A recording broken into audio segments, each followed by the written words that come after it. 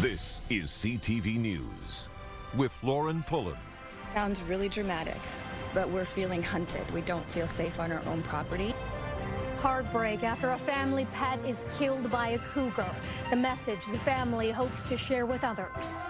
Calling 911 because you wanted to take a parking spot, but somebody else took your parking spot. Not your average emergencies. Some of the worst 911 calls of the year in BC.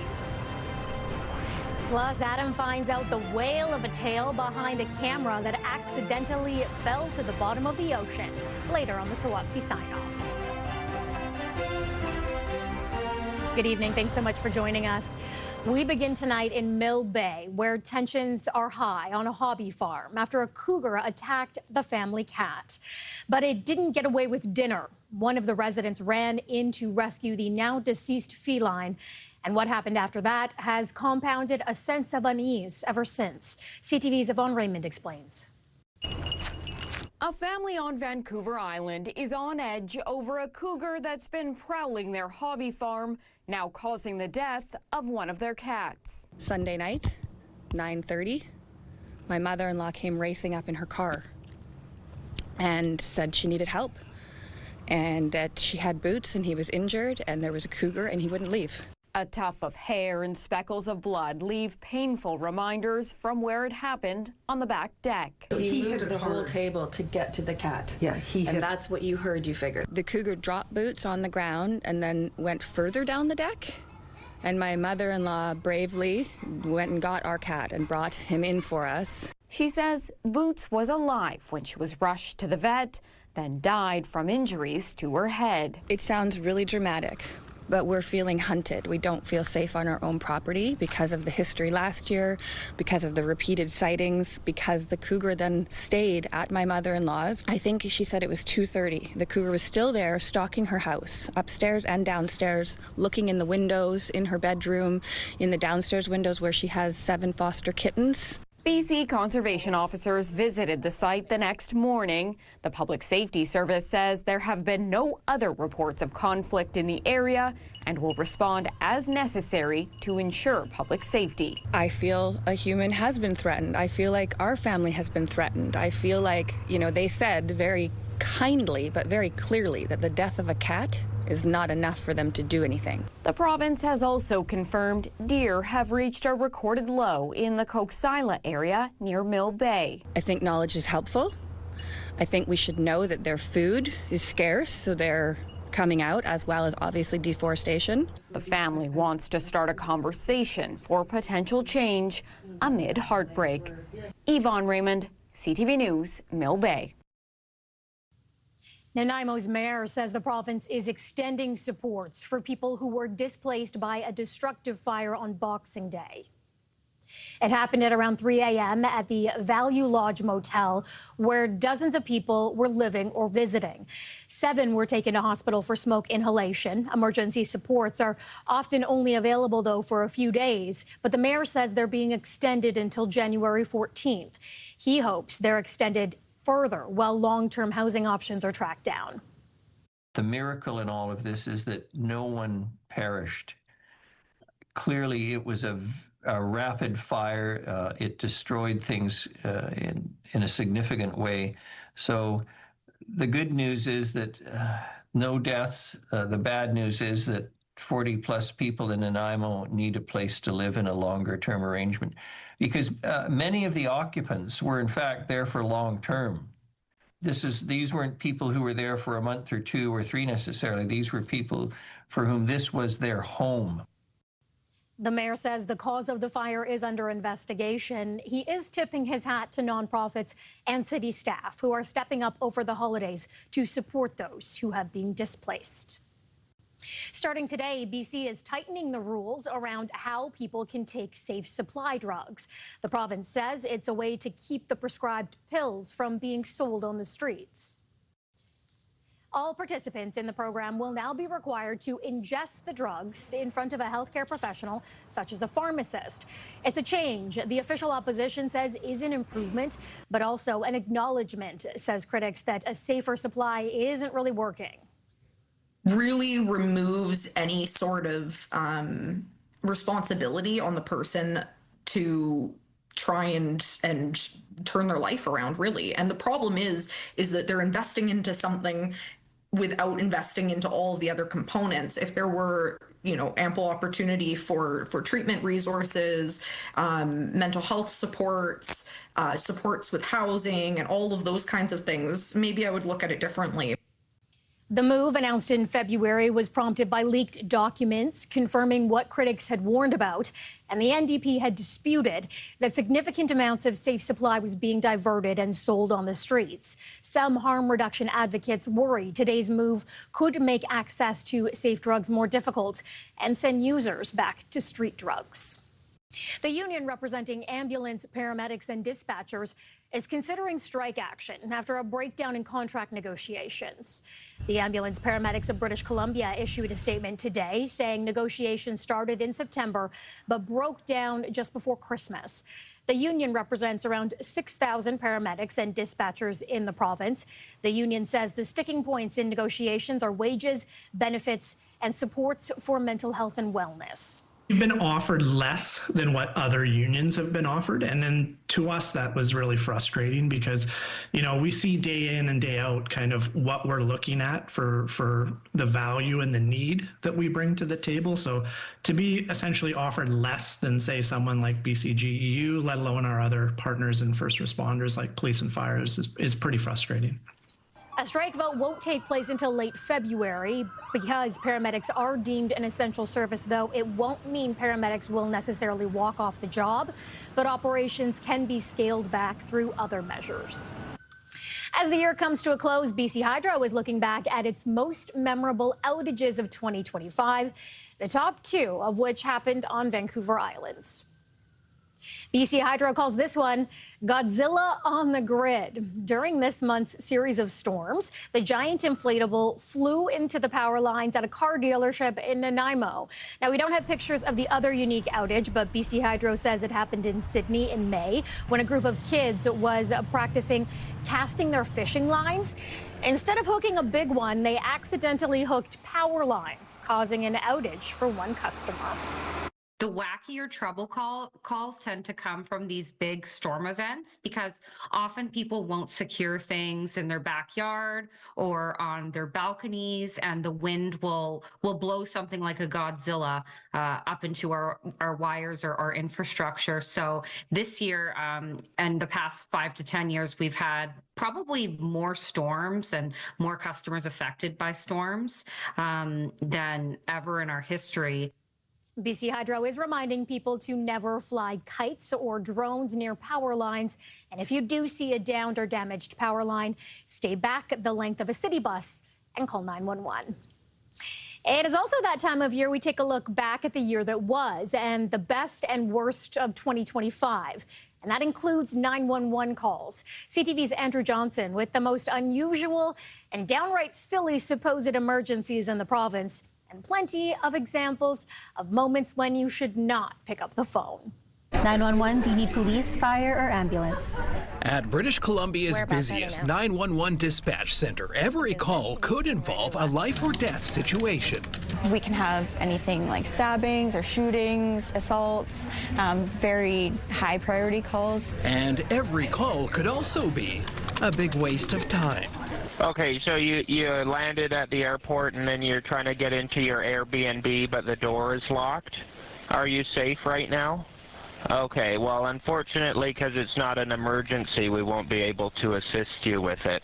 ECOM in BC handles more than 2 million 911 calls per year. Its target is to answer 95% of those calls within 5 seconds. 911. So they'd rather you not call if someone stole your parking spot. Sorry. So you're calling 911 because you wanted to take a parking spot, but somebody else took your parking spot. But then you saw that this person wasn't going into Starbucks. They were actually using that parking spot to go into Fraser Mart. Don't like your haircut? Take it up with your stylist. What are you wanting police to do?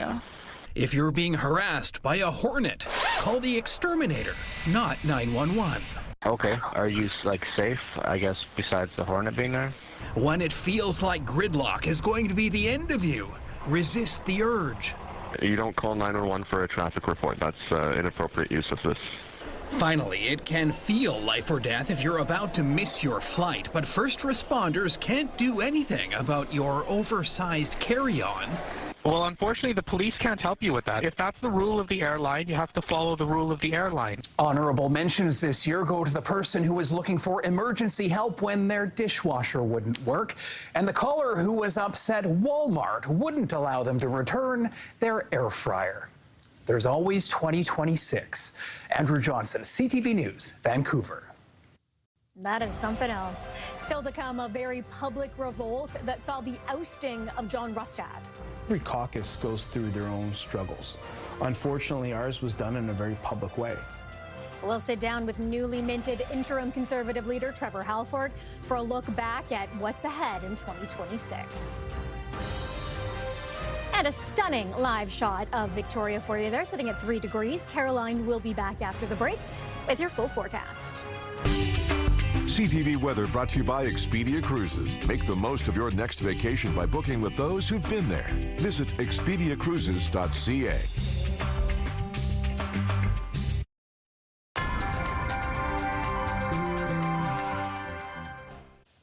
All right, Caroline joining us now with a check-in with the weather. Caroline, what's on tap for the next few days?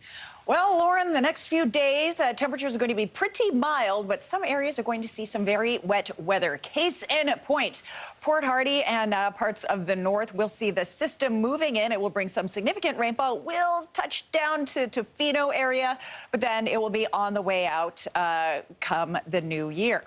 All right, speaking of Port Hardy and the rest of the North Island, a soggy day tomorrow. Cloudy start to 2026 and 7 degrees. More rain on the way into the weekend. Temps generally above average for this time of year. Now let's head inland. Mainly cloudy skies tomorrow, 3 degrees. Cloudy New Year's Day, then rain and more rain Friday through the weekend. Temps rising as the week goes on, 6 degrees for the weekend. West Coast, cloudy end of 2025 and the start of 2026, 10 degrees tomorrow. Then that frontal system will make its presence felt Friday through the weekend. Rain and temps just almost in the double digits for the weekend. In Comox and surrounding areas, chance of showers in the morning tomorrow. Otherwise, partly sunny and 6, partly sunny, partly cloudy. You know what I mean. More wet weather on the way Friday through Sunday, 8 degrees on Saturday, though. Nanaimo will see a mix of sun and cloud to finish out 2025 tomorrow and a high of 7. Then, I've been saying this a lot, haven't I? Wet weather beginning Friday through the weekend. Yes, it's broken record time. And finally, Victoria, what you got? Mix of sun and cloud tomorrow and a high of 8, relatively sunny start to 2026. Then showers enter into the picture through the weekend and highs between 7 and 9 degrees. So, Lauren, the moral of this story is pretty mild temperatures during the day, but the temps do cool down at night. So if you're heading out tomorrow for the shenanigans for New Year's, bundle up. That's your forecast. CTV weather brought to you by Expedia Cruises for air, land, and sea vacations. And of course, we'll take any sunshine we can get this time of year. Anything we can get, we'll just grab onto it. Sure will. Thanks, Caroline. Well, after a wild and historic coup that overthrew leader John Rustad, Trevor Halford finds himself guiding the BC Conservatives, pledging stability and a laser focus on toppling the NDP. CTV's Rob Buffum sat down with the party's interim leader. Is bringing stability. Newly minted BC Conservative interim leader Trevor Halford says party morale is great. It's fantastic. In fact, I don't think it's ever been better. Of course, it was only the beginning of December when the official opposition were in shambles. A revolt boiling over toppled leader John Rustad, who'd led the party from 0 seats the previous election to 44 last year, within a breath of forming government. That same day, Halford thrust into the interim leader role. It was obviously, a different day and one that I'll remember for a long time. Every caucus goes through their own struggles. Unfortunately, ours was done in a very public way. The Surrey White Rock MLA, first elected in 2020, says fundraising, once drying up under Rustad, has already come back. In one day, had more money come in than we had for a previous month. Halford's adamant he won't stay on in his role permanently. A timeline for the leadership race will be announced in January, but already potential names inside and outside the caucus, including Aaron Gunn and Harman Bangu, are circulating. But he won't endorse anyone. Very confident whoever wins that will be the next premier of this province. With the implosion of One BC, there are potentially as many as 5 independents, all of whom are former BC Conservatives. Some could be welcome to rejoin the party. We as a caucus will be making those decisions together. That may or may not have to wait for a new leader. As for speculation, David Eby and his NDP might call a snap election in the coming months. If he wants to call that in the middle of a leadership race, that's his prerogative. It's not something I'm going to be encouraging or enticing. With respect to his party's biggest priority for the new year, Holford points to rolling back DRIPA, the Declaration on the Rights of Indigenous People, legislation the NDP introduced in 2019, which has come under scrutiny after 2 recent court cases on Indigenous rights that have raised concerns amongst businesses and private property owners. I think that this is one of the most critical issues that we have faced in generations. He says he'd also repeal the housing legislation the NDP brought in that restricts Airbnbs and permits multiple unit houses on most lots. You're looking at putting multiple dwellings on one single family lot, and the community is not prepared for that. No surprise, he says crime in the extortion-riddling Surrey needs a tougher approach. Have to work with the federal government to make sure that those that are linked to extortion no longer have a place here in Canada. We have to make sure that we are naming the people that are involved in extortion. Holford flags the ballooning deficit as another key shortcoming of the government. With a record deficit, what's gotten better in this province? Healthcare? No.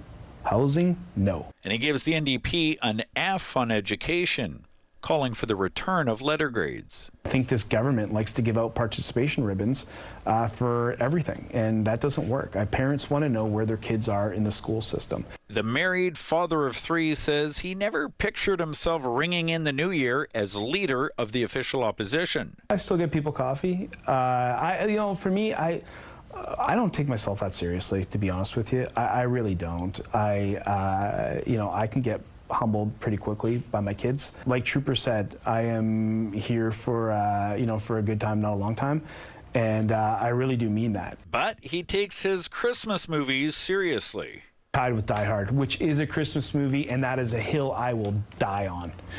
I'll die hard on that hill. Along with Elvis Presley's Blue Christmas. That's the big thing. You cannot have Christmas without Elvis. After a wild, turbulent year, the BC Conservative Caucus hope its new king can help create some harmony. Robert Buffum, CTV News, Victoria. The results are in for the 2025 edition of the most popular baby names in our province. BC parents have spoken. Noah has returned to the top of the list. It was number 1 in 2022 and 23. Noah was knocked out last year, though, by Oliver, which fell to 2nd place this year. Other names carried over from last year include Theodore, Liam, Olivia, and Charlotte. Jack, Henry, Sophia, and James are all newcomers. As of December 15th, a little more than 41,000 babies have been born in BC, slightly down from last year, which saw almost 44,000 babies born. Coming up, caught on camera. Adam meets a couple amazed to see a whale rising above the water until they found footage from a camera unexpectedly recording below it. Next on the Sawatsky Sign-Off. When you see it happen, send it to CTV News. Text 10400. From your screen to ours. Text 10400.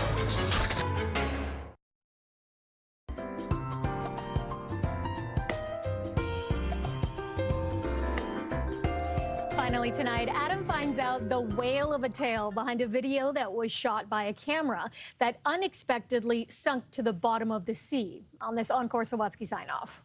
A bit of overcast and calm water. Before it turned into an extraordinary day, went down to the dock. Peter Maris says it began being quite ordinary. This is the 360 camera. The underwater videographer was trying to see if he could tie this new camera to that old fishing pole and reel it in and out of the ocean when the line broke. I thought, that sucks. But before Peter could dive down to fetch it, a flock of birds and a herd of sea lions started feasting on a school of anchovies. A little bit like a National Geographic moment. Until the unexpected arrival of a humpback whale. Holy turned the moment into a lot like one. Oh, man, it was thrilling. And that's when Peter's wife and partner at Rendezvous Dive Adventures, Kathy Johnson, started recording the whale joining the hunt too. I mean, anything that size, that close, it almost took your breath away. Their dog, Sam, was equally astounded.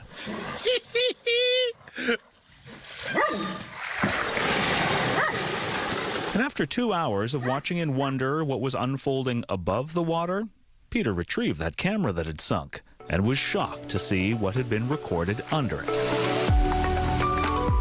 And we're going like, oh my Lord, this is a once in a lifetime. We just burst with glee, you know?